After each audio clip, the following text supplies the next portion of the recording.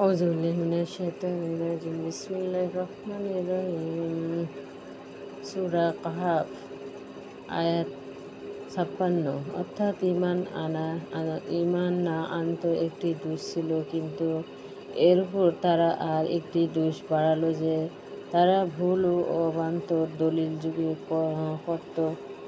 তর্ক করে, যেন সত্যকে পর্যাপ্তভাবে করে দেয় এবং ইসলামের উপর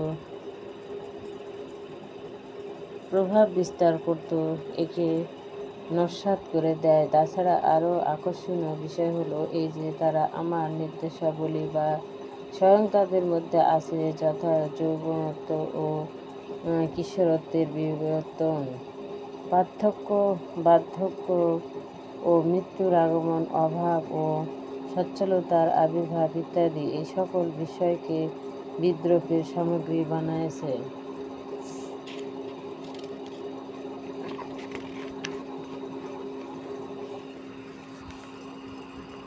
এটি সূরার দ্বিতীয় ঘটনা। প্রথম ঘটনা ছিল আসহাবে কাহাফ সম্বন্ধে। এই ঘটনা বর্ণনার উদ্দেশ্যে ইহুদীদের প্রতিবাদ করা। হযরত মূসা ও খিজির এর সংক্ষিপ্ত ঘটনা। হযরত উবাই ইবনে কাহাব হতে বর্ণিত আছে, খোদা হযরত মূসা রাদিয়াল্লাহু আনহু বনী ইসরাইলকে ওয়াজ করছিল। এমন সময় এক ব্যক্তি তার কাছে জিজ্ঞাসা করল, সর্বাধিক জ্ঞানী কে? তদন্তরে তিনি বললেন, আমি। উত্তরটি আল্লাহর নিকট অপছন্দ হলো, কারণ এটি আল্লাহর উপর সঁপে দেওয়া হয়নি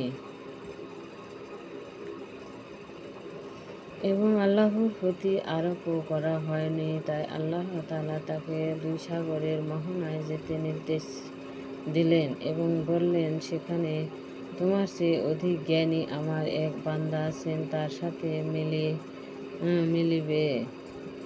মূসা রাদিয়াল্লাহু আনহু সেই স্থানে পৌঁছার উপায় জিজ্ঞেস করলে বলা হয়, তোমার সাথে একটি ভুনা মাছ লও। অতঃপর যাত্রা পথে সেখানে মাছটি হরণ করে সেখানেই উক্ত লোকটির সাক্ষাৎ পাবে। অনন্তর হযরত মূসা রাদিয়াল্লাহু আনহু থলেতে ভুনা মাছ নিয়ে ইউশা ইবনে নুনকে সাথে করে চলতে চলতে এক সাগর তীরে উপনীত হলেন।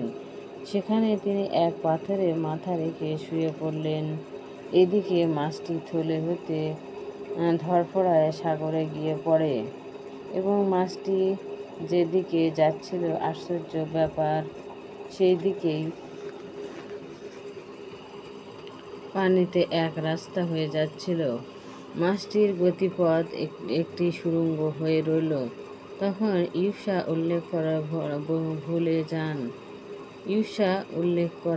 ভুলে যান। পরবর্তী মঞ্জিলে পৌঁছার পর ঘটনার কথা স্মরণ করেন এবং বিস্তারিত বর্ণনা দেন। আমার শয়তানি তাকে ইতিপূর্বে ভুলিয়ে রাখার কারণ দর্শান। অতঃপর অভয়ে পুনরায় সেই পাথরের কাছে চলে আসলে মূসা ও খিজিরের সাক্ষাৎ হয়। পরবর্তী ঘটনা কোরআনে আছে। এই উক্তির কারণ হলো, প্রথমত এটি ছিল এক অপ্রাপ্তবয়স্ক কিশোর বালকের হত্যা, যাকে বদলা রূপে হত্যা ও বধ করা যায় না। তদুপরি সে এমন কোনো কাজও করেনি যাতে তাকে আইনত হত্যা করতে হয়। ছেলেটির যে অপ্রাপ্তবয়স্ক বালকই ছিল, এর বলিষ্ঠ প্রমাণ হলো মুসলিম শরীফের, যদি সাবালক হতো তবে অমুক কাজ করত। এই উক্তি এতে বোঝা যায়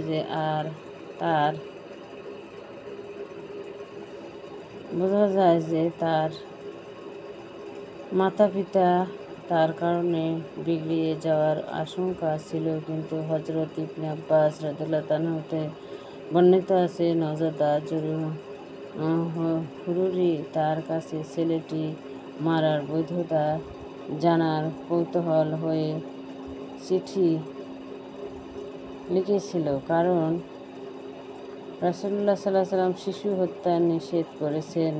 তদন্তরে হযরত ইবনে আব্বাস লিখে পাঠালেন যে, যদি শিশুদের অবস্থায় জ্ঞান হজরত খিজিরের মত তোমার কাছেও থাকতো, তবে তোমার জন্য শিশু হত্যা বৈধ হতো।